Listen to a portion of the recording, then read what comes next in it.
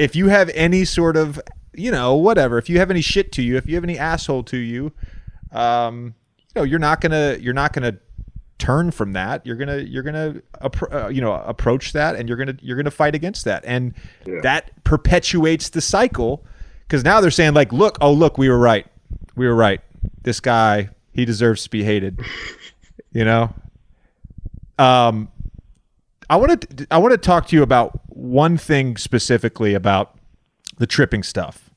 So the time you did it against Elon, I think that was your junior year, right? Or is that junior year, senior year? That was my junior year. Junior year. So I just remember you going back to the bench, and you were so upset, and subsequently, I think Coach took your captaincy briefly, and he suspended you for a game. But, watching you react that way, I tried to put myself in your head, and trying to sort of understand that emotion and that anger that was coming out. Because, you fucked up, and there's going to be consequences from that. And you're like, I pictured myself at 2021 when I was going through my shit at Duke, and I was like, oh, I'm trying to get better. I really am trying. And then you're like, it's such a slippery slope. You're one more mistake away from just getting crushed. What was going through your mind when you had that reaction on the bench? And also just how tough it was subsequently when coach did that? Yeah, well, it's exactly what you said, because like people in the moment when they watch it, they think I'm like upset at the call and trying to act like I didn't do anything, when it was the opposite. Was like I thought I was good, and like I thought I was like, I'm like going into my junior year, like it's like turn a leaf, nothing's gonna happen, like I'm good, there's gonna be nothing going on. And then this happens.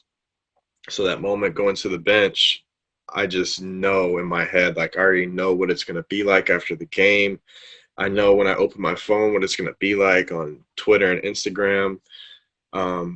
I know that I've gone somewhere that I told myself for a whole off season, a whole summer, a whole preseason. That was like in December, like a whole season. Like I told myself that, this is somewhere I wasn't going to go. And it was in my head, like I wanted so much not to be hated for that season that I didn't want to do anything wrong. And then that happens. And I was already under all this pressure that like I didn't realize how fragile I was in that moment of just like that was my reaction, because I had snapped, because I knew that like I knew what was going to happen. I knew the reaction. I was trying so hard to avoid that. And I was struggling with that, because I hated playing knowing that I was being watched every second, knowing that I was this most hated guy who everyone viewed a certain way. Like I hated that. And so I do the thing that adds to that. And so it just, in that moment, I was so upset at myself. And I think after the game, I even, coach grabbed me to go apologize to, his name was Steven Santa Ana, I think his name was. And so I went and apologized to him after that. I had one of my teammates take my phone. I was like, can you just delete Twitter off this? Because I don't even want to see any of this shit at all. And then coach, I had a bunch of meetings and talks with coach after that. And part of it was because coach wanted to, he wanted to suspend me, and there was going to be consequences for what I did. But the other part of that was like the reaction afterwards was, he wanted to make sure like I needed to get my mind in the right place to go play again too. And so thankfully, people talk about this like indefinite suspension being one game. It was our Christmas break. So I was suspended. I had to go home. It was like a 10-day period basically where I didn't play, and I wasn't even really practicing. Like I was in the doghouse for 10 days basically.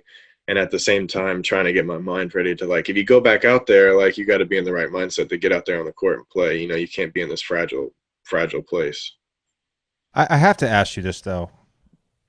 So you told yourself, I'm not going to do this thing. Yeah. And there's that old thing where, like, don't think about an elephant. What are you going to think about? Elephant, right? It's if you said to me, don't say fuck, I'm going to be like, fuck. I have to say fuck. you know? What is it that makes you trip someone on a court? Like, why is that your natural, or not, I shouldn't say natural because it's not a natural thing, but why is that the thing that kept happening? I think it was, well, it was always a like some type of retaliation thing. And so in that clip, I'm guarding the guy, and it's like that offensive move where you pin the defender's arm when he's in there, and so you get the foul call. So he had my arm pinned and was kind of like swinging. So I like swung around, and my reaction in the moment to like get this guy back was like, well, he has my arm, so here's my leg. I'm gonna trip him with my leg, right? And then we go back to the Florida State one. We're at the end of the game. We're up like 15-20, game's over. They're trapping and fouling with like 20 seconds left, 15 seconds left. Like the game's like they just let us dribble out the clock, right? And they've been trapping and fouling. The guy who I was guarding had been doing it too, and I was off the ball.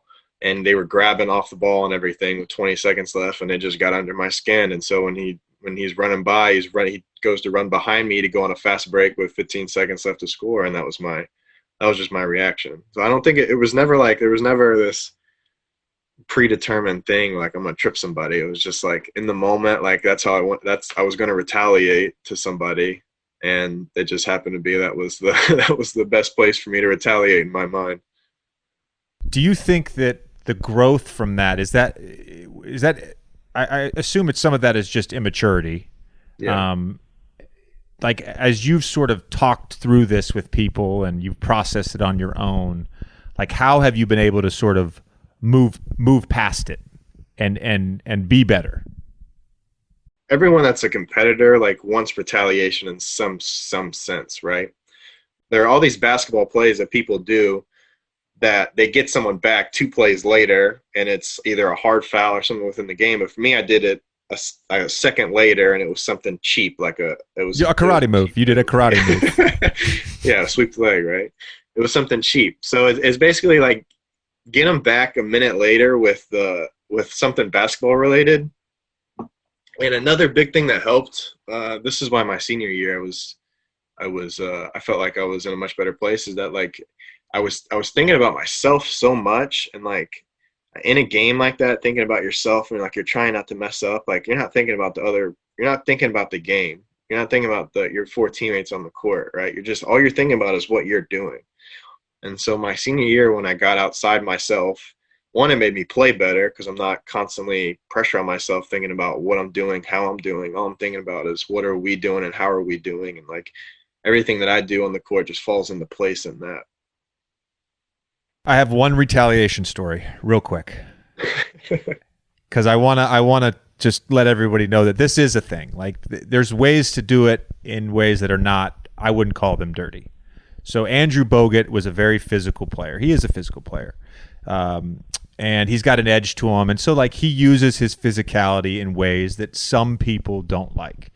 And we were playing in Golden State when I was with the Clippers, and that was a heated rivalry. You can't really call it a rivalry. We beat them once in the playoffs, and then they won 3 championships. But we were playing, and he set like an illegal screen on me, and I was mad about it.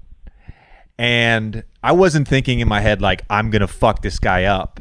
It just so happened, though, that the next offensive possession was like one of those 4-on-3 fast breaks, and Clay or Steph took a 3 from the left wing, and he was trailing, and he ran in for the offensive rebound. And it just so happened that I happened to be the guy that was supposed to box him out in that situation. I was the next guy.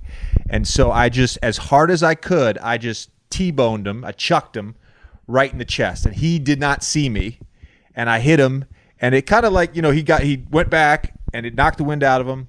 And he kind of looked at me like, should I, and I looked at him and I said, we're even now. And he goes, okay. He goes, okay, you're right. You're right. You're good.